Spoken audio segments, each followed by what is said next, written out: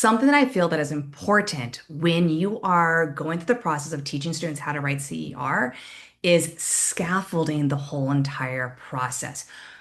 Not having them go right into just full writing CERs, teach them what a claim evidence reasoning is, and then having them write paragraph after paragraph after paragraph with practice problems after practice problem. We need to actually help them develop their ability to write. Now, does that mean that we don't go right into a CER practice problem? No, we could. In fact, I always love starting the year off with doing a forensic investigation. Hi, I'm Christy from Adventures at ISTEM, and I love helping other science teachers empower their students to take more ownership of their learning. Today, I'm talking all about how do you actually get students from what the heck is a CER to writing a beautiful paragraph by the end of the year. Well, you do that through scaffolding. So, like I was saying, I love starting my year off with my students doing a forensics activity. In this activity, they are given like police reports, they're given some evidence, and they go through, they're given profile pictures and information from the suspects.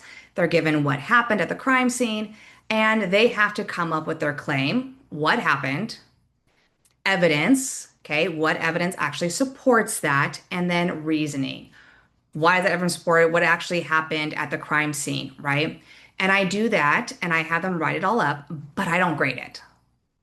Let's just say I do grade it, but I don't put it into the grade book. So I do grade it. I go through and I'm checking to see, do they have an actual claim that is correct in this case? Because to be correct, you have to actually have evidence that actually supports it, right? So do they have a claim that's correct with evidence to support it, to back it up?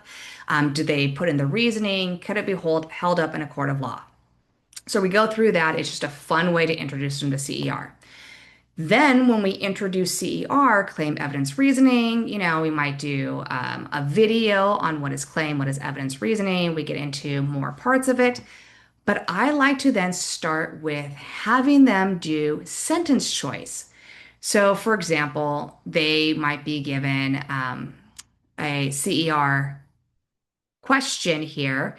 And the practice problem, right? They have a scenario, they have a graph, they have a question.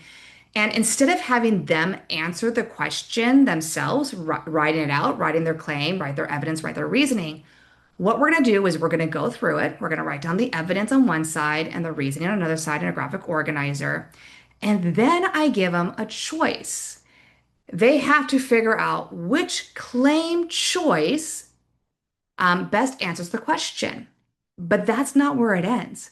You see, if I just had that, maybe they just guessed it correctly. Maybe they were just a lucky guess. I make them justify their choice because they have to tell me now what's wrong with the others. So that not only do they choose their choice, they have to tell me why they didn't choose the other claim choices, because that's where they can really explain their thinking. And that's where the learning really happens. So they'll go through the claim, again, evidence, which two evidences support that claim, and then tell me why the other ones aren't as good of a choice. What's wrong with them? Are they missing something? Are they missing, like here, they're missing numbers? Do they not tell us where it came from? What is wrong with the other evidence sentences? And then reasoning, again, choose the reasoning sentence and why the others are not correct. So I like to do this a few times.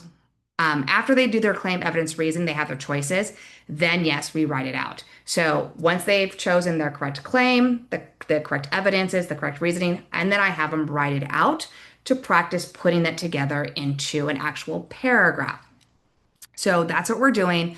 We go through a few times. I do have it this way here where I have the strips. So in the very first two that we do, we actually have these strips, which I know that might seem like it takes a long time. I don't cut these out. I laminate them, but I don't cut them and put them together into these envelopes. Once they're laminated, that's what the ASB students do, or the AVID students who need service hours. That's what they do. So it's a great way to give service hours to the students who need it. So they go through this reasoning. And then we have another one, and we do this about 4 times. So at the beginning of the year, before they actually write a full CER paragraph that I'm actually going to grade and put into the grade book, we go through sentence choices. Now, what does that do? That helps them understand what a good claim is.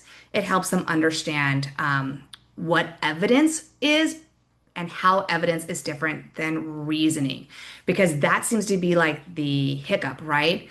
I see a lot of students, they'll give me reasoning and tell me it's evidence. But reasoning, you're explaining like the relationship. That's not evidence. That's explaining the pattern you saw. Evidence is the true facts, the numbers from the graph, the numbers from the data table, what the arrows are pointing to from this to that, right? For the diagrams. So evidence is the hard, concrete facts. Reasoning is the explanation of those facts, right? Why this is showing it. How does this link to what we already know about that scientific topic and that term? So we go into that. From there, what I like to do is then when we're actually doing our first writing, I do provide these sentence stems, right? How do you start that claim? How do you start the evidence? How do you start your reasoning sentence? And the reason we do this, the reason I do this is because number one, I do have a lot of language learners. I would say over 50% of my students are language learners, and many of them are what we call those long-term language learners. In other words, they've been language learners for over 5 years now. They have trouble passing that test or passing the multiple tests that they have to do.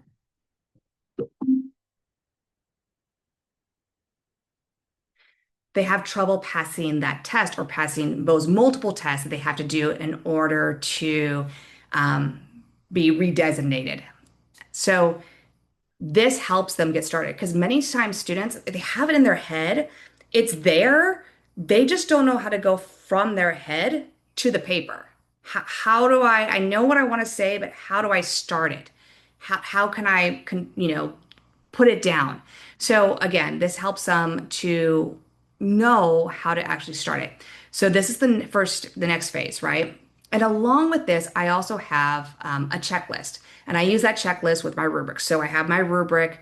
The rubric says, what's supposed to go in a claim, what's supposed to go in evidence, what's supposed to go in reasoning, and then we turn that into a checklist. For this one, what should your claim have? For this particular problem, what should your evidence have? Like, what are the certain numbers maybe that you should have? Or the title of your graph, your data table, your diagram. For reasoning, what are some key phrases or some scientific definitions that we should have in our reasoning on this? So we have that checklist and we have the sentence starters. So we can look at the checklist. Okay, my claim's supposed to have this. So how do I start it? Based on the evidence or the primary cause of, the data shows, or blank is more than blank, or the relationship between this and that, right? And then we go, okay, evidence has to have these numbers. Okay, but how do I start that? According to what is the source type, in other words, the title, and then give me the specific data information. The data from, again, the title shows that as seen in the graph titled whatever. So, and then I give them some other stuff. What if there's more than one evidence sentence? Well, we're not going to say according to the data table, according to the data table. Like that doesn't make sense. So we have to use transition words. And this is when we're helping the students learn, just like in English class, if we have another sentence, how else can we say it? If it's a similar sentence, we could say furthermore, additionally. If it's an opposite sentence, it's something contradicting, we can say however, on the other hand. So I'm helping them build that language they need to help them do their writing. And then, of course, we have their reasoning parts.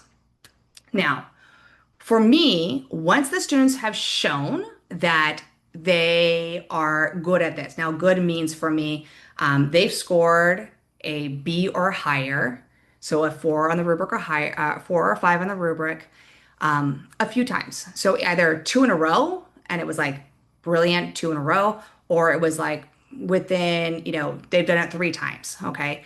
Now they go on to the next level. And the next level is now I'm pretty confident they got some idea of how to start the sentence, but they still need that support. And what are some words that we should use in our claim sentence, our evidence sentences, our reasoning sentence? So now I give them the word bank. And what I do is this part here, this part, the sentence stems, that gets glued to their notebook. So in their notebook, they have the rubric, the CER rubric, and next to that is these sentence stems here. When they get onto this, this is a different color, and I put it on top of the other ones. So you can't really see through because all you can see is this part here. So this is the next one, and again, it's got some key words that can help them with it, but now it's just a word bank. They no longer have how do you start the sentence? They have, okay, these are some key words to have in your writing, right? The last phase of it is to then take this away. Now, how do I take that away? Well, I simply glue a black piece of paper on top. So it's black, they can't see through. Now they have their rubric and they have a black piece of paper. They no longer have this word bank and they are now writing on their own. And hopefully it's all up here, right? They don't have to, they've written so many times, they've got it. Now, for me, I'm filming this right now at the end of the school year. It is almost May. We're getting ready for state testing. At this point, we have done 35, 40 CERs by now, multiple ways. So remember when I talked about how I have them do the sentence choice, and this is what I do. I have a little presentation that goes with it to take them through it, and then we go through, okay, which is the best answer, compare your choices, choose it, and go on and everything like that. After we did it 4 times in the beginning, we then write a few paragraphs together. But then I would say maybe about every 3 to 4 CER paragraphs, I come back to another one like this. Okay, let's do a multiple choice again. Maybe we need a little refresher. And I definitely do a multiple choice now after a break because I have discovered, and I'm sure you're seeing this too, that even if the break is just 4 days, 4 days, and they've done 20 CERs, they come back and they're like, "Ooh, how do you start a claim? How do you start evidence? What is evidence? How is that different from reasoning?" It's as if everything just disappeared and is gone. So right now, you would think that after 27 years of teaching that I would already know this, but sometimes we forget things.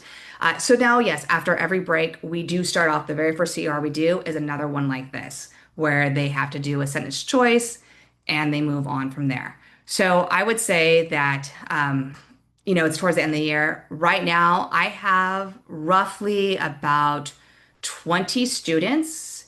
Actually, I would say about 15 students have had a black piece of paper since about January. And then I had a few more get that black paper in March. And recently, on our last one that we just did, we just did our very final CER write up before we do our state testing next week. I actually transitioned about 7 more students to just the black. Now, that means that they have moved from one place to another, right? They've scaffolded it.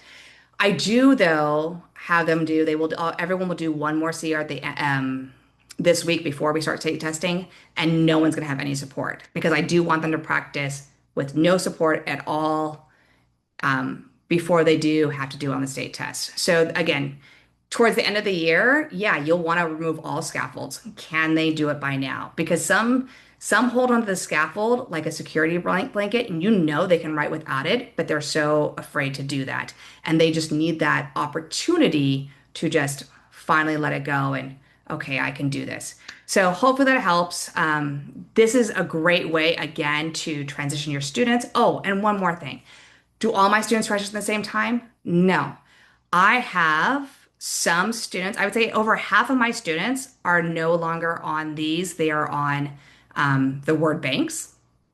And then again, some of them are the black paper. I might have in one class someone with the sentence choice and someone else next to them with this here. Could they look over? Yes. Do they usually do that though? My students don't. No. And so again, it's all about giving students what they need. Some just need that extra practice. Maybe they have some type of learning disability, or again, the language learners, they struggle more with that. They need to feel more confident before they do move on to this phase, right? And so again, we do it I transition them at different times when they're ready for it. I have a whole bunch that kept scoring 3.5, 3.5, 3.5, 3.5, and it was like a small mistake, small mistake, small mistake. Those are the ones where I'm like, you know how to start the sentence. You're just making mistakes there. And so I can transition them to this part here.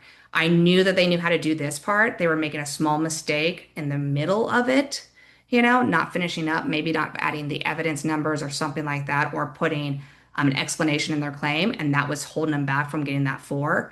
So yeah, I could transition them to this if, and I might do that next year. Just if I see that they got the sentence starters and they're ready for this, I might transition them that next year. But again, you want students to be your different levels is okay. Not everyone moves at the same pace. Give them what they need, and hopefully by the end of the year, you will have them writing better and being more confident in their CER writing. Have a wonderful day.